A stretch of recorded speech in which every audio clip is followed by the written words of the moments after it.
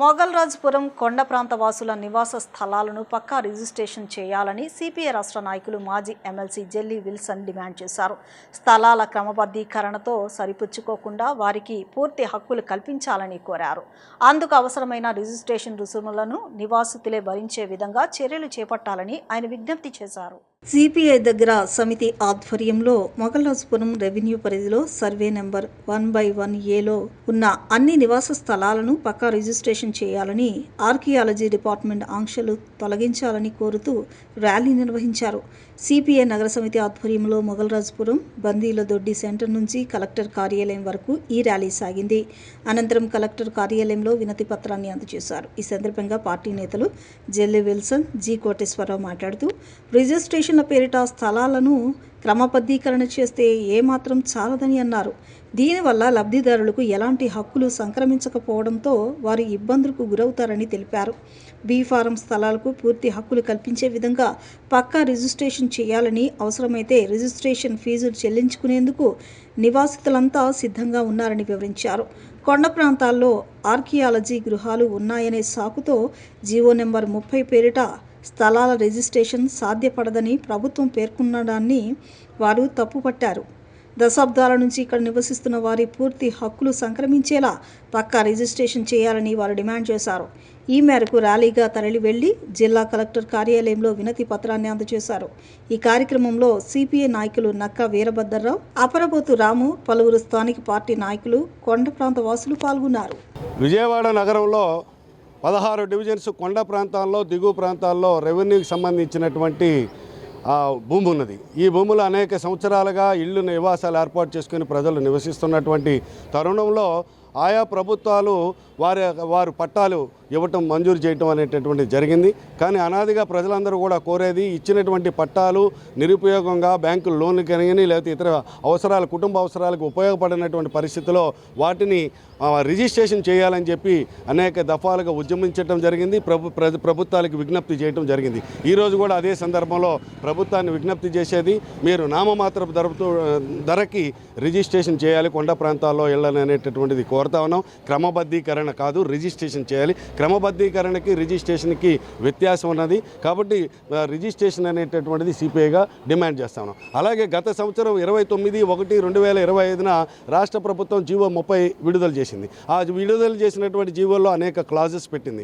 ఎక్కడైతే అభ్యంతరకరంగా ఉన్నటువంటి ప్రభుత్వ భూములు ఉంటాయో ఆ భూముల్లో నివసించేటటువంటి వారి ఇళ్ళని ఎటువంటి పరిస్థితుల్లో రిజిస్ట్రేషన్ చేయము, రెగ్యులరైజ్ చేయము అని చెప్పి ఆ జీవో ప్రకారం ఆలోచిస్తే ఈ కొండ ప్రాంత 6వ డివిజన్, 7వ డివిజన్లో ఉన్నటువంటి ప్రాంతాల్లో సర్వే నంబర్ 1/1Aలో నివాసం ఉంటున్నటువంటి వారందరికీ కూడా ఆర్కియాలజీ డిపార్ట్మెంట్ కేంద్ర ప్రభుత్వం వారు అభ్యంతరం పెట్టారు. కాబట్టి వారికి రిజిస్ట్రేషన్ జరిగేటటువంటి పరిస్థితి ఉండదు. కాబట్టి దీని మీద స్పష్టమైనటువంటి నిర్ణయం తీసుకోవాలా. జీవో 30లో ఉన్నటువంటి క్లాజ్ ప్రకారం అయితే ఈ ప్రాంత ప్రజలందరూ కూడా ఇబ్బంది పడేటటువంటి పరిస్థితి ఉంటుంది. కాబట్టి ఖచ్చితంగా విజయవాడ నగరంలో 6వ డివిజన్, 7వ డివిజన్ ఈ ప్రాంతంలో ఉన్నటువంటి మొగల్రాజ్పురం, అలాగే బ్రహ్మానందరెడ్డి నగర్ కొండ ప్రాంతాల్లో ఉన్నటువంటి వారిని రిజిస్ట్రేషన్ కోసం ప్రత్యేకమైనటువంటి చర్య చేపట్టాలి. ఆర్కియాలజీ వారు ఇచ్చినటువంటి ఏదైతే ఉపసంహరించుకోవడం ద్వారానే ఈ ప్రాంతంలో రిజిస్ట్రేషన్ చేసేటటువంటి దానికోసం రాష్ట్ర ప్రభుత్వం, ఎమ్మెల్యే గారు, ఎంపీ గారు, ప్రజాప్రతినిధులు, అధికారులు ఆ వైపుగా చర్యలు చేపట్టాలని సిపిఐగా డిమాండ్ చేస్తా ఉన్నాం. ఈ రోజున కలెక్టర్ గారికి విజ్ఞాపన పత్రానికి అందించడానికి సిపిఐ విజయవాడ నగర సమితి తరఫున వెళ్ళటం అనేటటువంటి జరుగుతూ ఉన్నది. మొగల్రాజ్పురం రెవెన్యూ పరిధిలో ఉన్నటువంటి సర్వే నెంబర్ 1/1Aలో గతంలో ప్రభుత్వాలు ఇచ్చినటువంటి పట్టాలు కానీ, కాగితాలు కానీ ఏమాత్రం కూడా ఉపయోగపడినటువంటి పరిస్థితి అనేది ఉంది.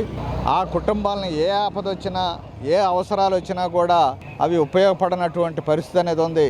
చివరికి ఆ పట్టా కాగితాలు 4 గీసుకోవడానికి మాత్రమే పనికొచ్చే పరిస్థితి అనేది ఉంది. ఇవాళ మేం చెప్పేది, ఇటువంటి పట్టాలు మీరు ఇచ్చినప్పుడు పూర్తి హక్కులతోటి వాటికి రిజిస్టర్ చేసి ఇవ్వాలని చెప్పేసి మేము ప్రధానంగా డిమాండ్ చేస్తా ఉన్నాం.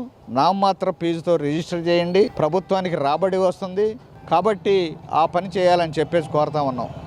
అంతేకాదు సర్వే నెంబర్ 1/1లో ఉన్నటువంటి నివాసాలు ఏర్పాటు చేసుకున్నటువంటి వారికి ఇవాళ కేంద్ర ప్రభుత్వానికి చెందినట్టు సర్వే ఆఫ్ ఇండియా వారు ఇవాళ జియోలాజికల్ ఆర్కియాలజీ సంబంధించినటువంటి వారు ఇవాళ ఆంక్షలు పెడతా ఉన్నారు. మీకు రిజిస్టర్లు చేయొద్దు, మీకు పట్టాలు ఇవ్వద్దు అని చెప్పేసి అని అంటా ఉన్నారు. అది సరైనటువంటి ఆలోచన కాదు. ఇప్పటికైనా వారి ఆంక్షల్ని ఉపసంహరించుకోవాలని చెప్పేసి ప్రధానంగా మేము కోరుతా ఉన్నాం. అలానే ఇవాళ ఉన్నటువంటి గ్రామకంఠం పేరుతో ఉన్నటువంటి స్థలాలకి 100 సంవత్సరాల నాడు ఏర్పాటు చేసుకున్నటువంటి వారికి ఇవాళ విడగొట్టి ఇవాళ రిజిస్టర్ పత్రాలు ఇవ్వాలని చెప్పేసి మేము కోరుతా ఉన్నాం. అంతేకాదు బీఫారంలో పట్టాలకు కూడా అన్ని హక్కులతోటి రిజిస్టర్ చేయాలి.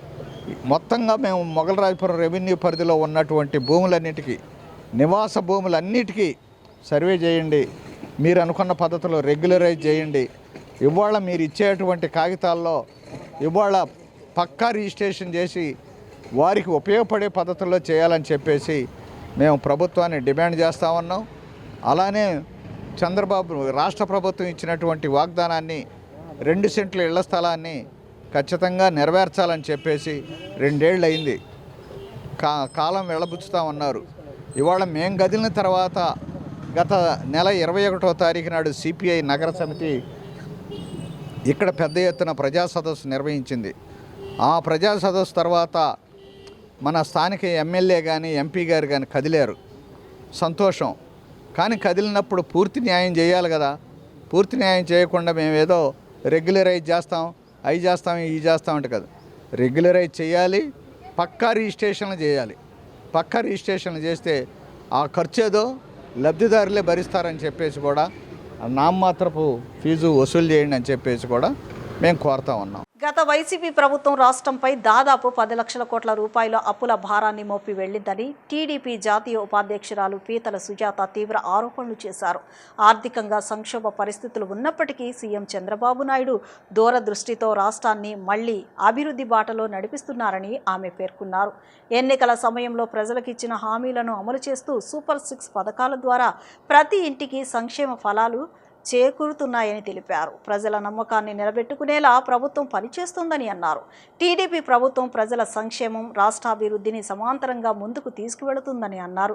గత ప్రభుత్వ పాలనలో రాష్ట్ర ఆర్థిక వ్యవస్థ పూర్తిగా దెబ్బతినిందని, భారీ అప్పులు, ఆ వ్యవస్థల మధ్య కొత్త ప్రభుత్వ బాధ్యతలు చేపట్టాల్సి వచ్చిందని చెప్పారు. అయినప్పటికీ సీఎం చంద్రబాబు నాయుడు అనుభవంతో రాష్ట్రాన్ని తిరిగి గాడిలో పెడుతున్నారని చెప్పారు.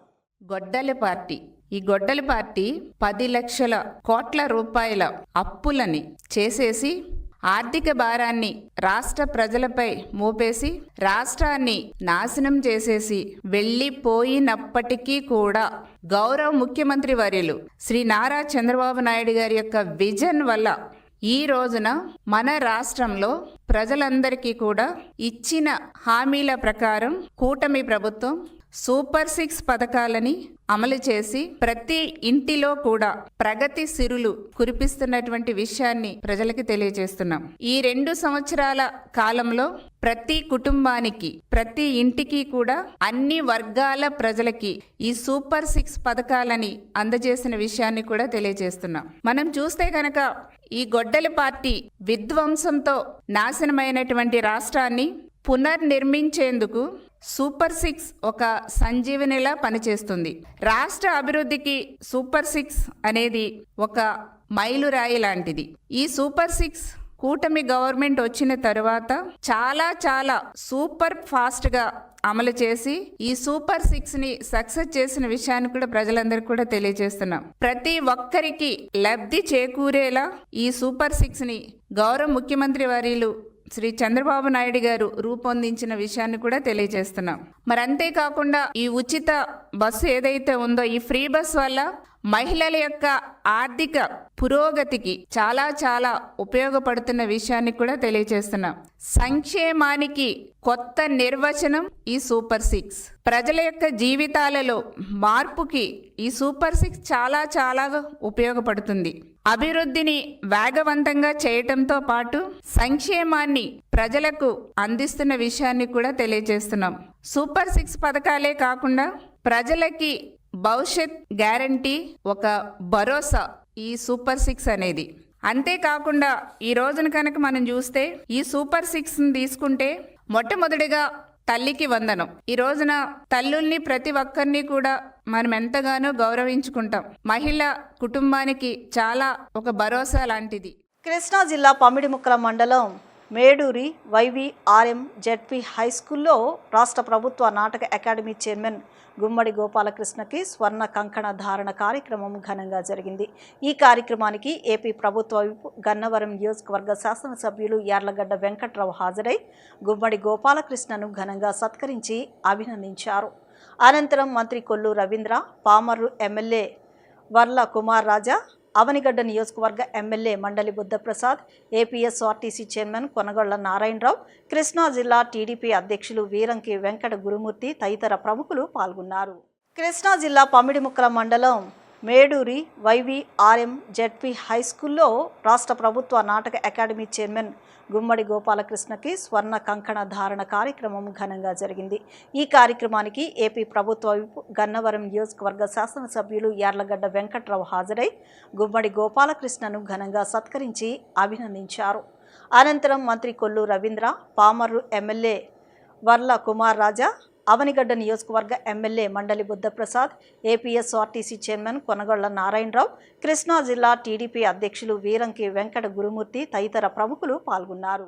పేరు తెచ్చుకున్న గుమ్మడి గోపాలకృష్ణ ఆయన ఇందాక ఎవరి ద్వారా ఈ ఊళ్ళో నాటకాలు అయితే చెడిపోతారో బాబు, నువ్వు వెళ్ళి హైదరాబాద్ వెళ్ళి ఎల్లమని పంపించి చిట్టుబాబు గారిని స్మరించుకుంటూ ఆవిడకి సన్మానం చేసినందుకు ఇంకా సమాజంలో మంచి మిగులుందని దానికి గుమ్మడి గోపాలకృష్ణ గారు చెప్పిన దానికి, ఆయన చూపించిన దానికి ధన్యవాదాలు తెలియజేస్తూ, ఆవిడ నాకు కూడా మా యాదగిరి ఆడపడుచు, మా ఇంటి ప్రధాన గారు అమ్మాయి, మా బంధుత్వం కూడా ఉంది. చిట్టుబాబు గారు మా ఊరు అండి. అలాగే చలసాని రామకృష్ణ గారిని ఊరు బ్యాంక్ ప్రెసిడెంట్గా 93-94 టైంలో తెలుగుదేశం బ్యాంక్ ప్రెసిడెంట్గా చేసిన కూడా మా బాబాయే. అలాగే ఈ మండలంలో దాదాపు ఎక్కువ ఊళ్ళో బ్యాంక్ ప్రెసిడెంట్లు, తెలుగుదేశం పార్టీ ప్రెసిడెంట్లు నా చిన్నప్పటి నుంచి కూడా మా బంధువులే. అది బయట ఉంటున్న యాదగడ్డ బాబు అయినా, కనమచ్చ బుజ్జిగారైనా, బ్యాంక్ ప్రెసిడెంట్ చేసినా, సర్పంచ్ చేసినా ఎవరైనా. అలాగే మా మండలం ఇందా కుమారరాజాకి ఇక్కడ వచ్చి పోటీ చేస్తే మీరు 30,000 మెజార్టీ ఇచ్చి వైసీపీ సీటు అని జనం ఎక్కువ మాట్లాడుకునే సీటు. అలాంటి సీట్లో ఏ గ్రామంలో అయినా 106 గ్రామాలు ఉన్నాయా? ఎన్ని ఉన్నాయి? 106 గ్రామాల్లో ఎక్కడ ఇబ్బంది పడినా తెలుగుదేశం పార్టీ పటిష్టంగా మేము ఉన్నామని చెప్పి కార్యకర్త నాయకుడు ముందుకొచ్చి వ్యయ ప్రయాసాలకు వచ్చి సోదరులు 30,000తో గెలిపించిన దాంట్లో మేము కూడా ఉన్నాం. ఒకడే డబ్బులు ఖర్చు పెడితే అలాగా గుడి కట్టినా, గోపురాలు కట్టినా 10 మంది చేతులుంటే మంచిదంట. దీని అందరికీ కుమారరాజాకి 30,000 పైబడి మెజార్టీ పామర్లో, అది కూడా తెలుగుదేశం సీట్లో గెలవడానికి కారణం మీరందరూ తలపై వేయడం వల్ల గెలిచాడు. మీరు మంచి చేస్తారు అనుకున్నా. గతంలో ముందడుగు కాలనీలో ఉండి ఒక చిన్న ఇంట్లో, గవర్నమెంట్ ఇచ్చిన ఇంట్లో ఉండి ఈ స్థానానికి శాసనసభ్యుడిగా ఎస్సీ రిజర్వ్ అయిపోయిన తర్వాత వచ్చి పోటీ చేసి ఇక్కడ ఎస్సీలు బాగు చేస్తాడు అనుకుంటే ఆ బుద్ధి తక్కువ మనిషి ఇక్కడి నుంచి ఇసుక కొల్ల కట్టి అన్ని అక్రమాలు చేసి ఈ జిల్లాలోనే పొలాలు కొని, స్థలాలు కొని పందికుప్పులా తన పరిస్థితి. మీరు బేరీజ్ వేసుకోండి, అభివృద్ధికి పట్టం కట్టండి, అభివృద్ధి చేసే వాళ్ళని హక్కులు చేర్చుకోకపోతే ఈ సమాజం ఎటువైపు కలుతుందో కూడా తెలియని పరిస్థితులు సమాజంలో ఉన్నాయి. మీరు ఎవరున్నా కాదన్నా, నేనున్నా కాదన్నా నిజంగానే ఉంటుంది. అలాగే ఈ మండలం చాలా నష్టపోయింది. ఈ మండలంలో మా కర్ణా నేరగడ్డ రామశేషరావు ఈ మండలం పౌర్ణమక్కల మండలం విశిష్ట చరిత్ర గురుప్రసాద్ గారు అడిగారు. 6వ డివిజన్ పరిధిలో కొండ ప్రాంత వాసులకు ఇళ్ల పట్టాల పంపిణీకి సర్వే జరుగుతోందని టీడీపీ 6వ డివిజన్ అధ్యక్షులు పడాల గంగాధర్ తెలిపారు. 2,000 కుటుంబాలు ఉన్న ఈ ప్రాంతంలో ఇప్పటివరకు 1,500 మంది నమోదు చేసుకున్నారని ఆయన వివరించారు. తూర్పు ఎమ్మెల్యే గద్దె రామ్మోహన్ 10 ఏళ్ల కృషితో ఈ ప్రాంత వాసులకు శాశ్వత ఇళ్ల పట్టాలు అందుతున్నాయని ఆయన వివరించారు. ఇళ్ల పట్టాల విషయంలో కొన్ని విపక్ష పార్టీలు చేస్తున్న దుష్ప్రచారాన్ని ప్రజలు నమ్మవద్దునని ఆయన కోరారు. మిగిలిన వారు కూడా అన్ని ఆధారాలతో సర్వే అధికారులను కలవాలని విజ్ఞప్తి చేశారు. నియోజకవర్గంలో కొండ ప్రాంత ప్రజలకు కూటమి ప్రభుత్వం శుభవార్త చెప్పిందని టీడీపీ నేత 6వ డివిజన్ అధ్యక్షులు పడాల గంగాధర్ తెలిపారు. ఈ మేరకు విశాలాంధ్ర రోడ్లోని తన కార్యాలయంలో ఏర్పాటు చేసిన విలేకరుల సమావేశంలో ఆయన మాట్లాడుతూ ఎమ్మెల్యే గద్దె రామ్మోహన్, ఎంపీ కేసినేని శివనాథ్ కృషి కారణంగా ముఖ్యమంత్రి చంద్రబాబు నాయుడు కొండ ప్రాంత వాసుల ఇళ్లకు రిజిస్ట్రేషన్ సౌకర్యం కల్పించాలని నిర్ణయం తీసుకున్నట్లు చెప్పారు. 6వ డివిజన్లో ఇప్పటికే ఇళ్ల పట్టాల మంజూరుకు సర్వే ప్రారంభమైందని చెప్పారు. డివిజన్లో 2,000 మంది లబ్ధిదారులు ఉండగా 1,500 ఇళ్లు సర్వే జరిగాయని, ఇంకా 500 ఇళ్లు పెండింగ్లో ఉన్నాయని వెల్లడించారు. తమ స్థలాలకు చెందిన పూర్వ పట్టాలు, స్థలం చేతులు మారిన వివరాలు, డాక్యుమెంట్లు, ప్రస్తుత ఇంటి పన్ను రసీదు, నీటి పన్ను రసీదు, కరెంటు బిల్లు, ఇంటి ఫోటో, కుటుంబ సభ్యులందరి ఆధార్ కార్డులు, రేషన్ కార్డు జిరాక్స్ కాపీలు సమర్పించాలని తెలిపారు. బయట పనులకు వెళ్లేవారు కుటుంబ సభ్యులతో ఒకరికి ఒక పత్రాలు ఇచ్చి వెళ్లాలని సూచించారు. ప్రభుత్వ అధికారులు వచ్చినప్పుడు వారికి సహకరించి పై పత్రాలు సిద్ధంగా ఉంచితే సర్వే పని త్వరితగతిన పూర్తవుతుందని, తద్వారా ఇళ్ల పట్టాలు మంజూరు ప్రక్రియ వేగవంతం అవుతుందని చెప్పారు. గతంలో సీఎం చంద్రబాబు నాయుడు సమస్యలను గుర్తించి నామినేషన్ ఫీజులతో రిజిస్ట్రేషన్ చేద్దామని ప్రయత్నిస్తే వామపక్షాలు అడ్డుకున్నాయని గుర్తు చేశారు. ఇప్పుడే అది వామపక్ష నేతలు తమ పోరాటాల వల్లే ఇళ్ల రిజిస్ట్రేషన్ జరుగుతుందని చెప్పుకోవడం హాస్యాస్పదంగా ఉందన్నారు. ఇతర పార్టీల నాయకులు చెప్పే మాయమాటలు ప్రజలు నమ్మవద్దని హితవు పలికారు. ఏళ్ల తరబడి ఇంటి రిజిస్ట్రేషన్ లేక బ్యాంక్ లోన్ తీసుకుందామంటే ఏ బ్యాంక్ కూడా లోన్ ఇవ్వక, అలాగే అమ్ముకుందామంటే ఏ పార్టీకి కూడా పేరు మారక ఇబ్బంది పడుతున్న కొండ ప్రాంత వాస్తువులకి ఈ కూటమి ప్రభుత్వం మంచి అవకాశాన్ని ఈ రోజున ఇవ్వడం జరిగింది. 10 సంవత్సరాలుగా శాసనసభ్యులు గద్దె రామ్మోహన్ గారి కృషి ఫలితం ఈ రోజున ఈ కొండ ప్రాంత వాసులు అందరూ కూడా రిజిస్ట్రేషన్ అవకాశం చేసుకునే విధంగా కల్పించిన కూటమి ప్రభుత్వానికి ధన్యవాదాలు తెలియజేస్తూ 6వ డివిజన్ కొండ ప్రాంతంలో సుమారుగా 2000 ఇళ్లకు పైగా ఆక్రమించుకొని నివసిస్తున్న కొండ ప్రాంత వాసులకు ఇప్పటి వరకు 10 రోజుల నుంచి జరుగుతున్న ఈ సర్వేలో సుమారుగా అధికారులకి 1500 అప్లికేషన్ రావడం జరిగింది. ఇంకా కొంతమంది అప్లికేషన్లు ఇంకా ఇవ్వలేదు. వీళ్ళందరూ కూడా సంబంధించిన రెవెన్యూ అధికారులకి మిగతా వాళ్ళు కూడా ఈ అప్లికేషన్లు ఇవ్వాల్సిందిగా కోరుతూ, ఒక్కొక్కరు కూడా సంబంధిత పాత పట్ట, ఆస్తికి సంబంధించిన చేతులు మారిన డాక్యుమెంట్సు, రేషన్ కార్డు, ఇంటి పన్ను, కరెంటు బిల్లు, అలాగే వాటర్ ట్యాక్సు, ఎవరైతే కుటుంబ సభ్యులు ఉన్నారో వాళ్ళందరూ ఆధార్ కార్డులు కూడా అధికారులకి ఇచ్చి ఈ అవకాశాన్ని వినియోగించుకోవాల్సిందిగా కోరుతూ, అలాగే ఇతర పార్టీ వాళ్ళు చెబుతున్న ఏదైతే దుష్ప్రచారం ఉందో అది నమ్మవద్దని చెప్పి ఈ సందర్భంగా తెలియజేస్తున్నాను. మొన్నటిదాకా పలు పార్టీ వాళ్ళు మేము చేసిన ధర్నాల వల్లే ఈ అవకాశం వచ్చిందని చెప్పి, కూటమి ప్రభుత్వం కల్పించిందని చెప్పి ప్రచారం చేసుకున్నారు. సరే, చేసుకున్నారు కదని మేము ఏమి అనలేదు.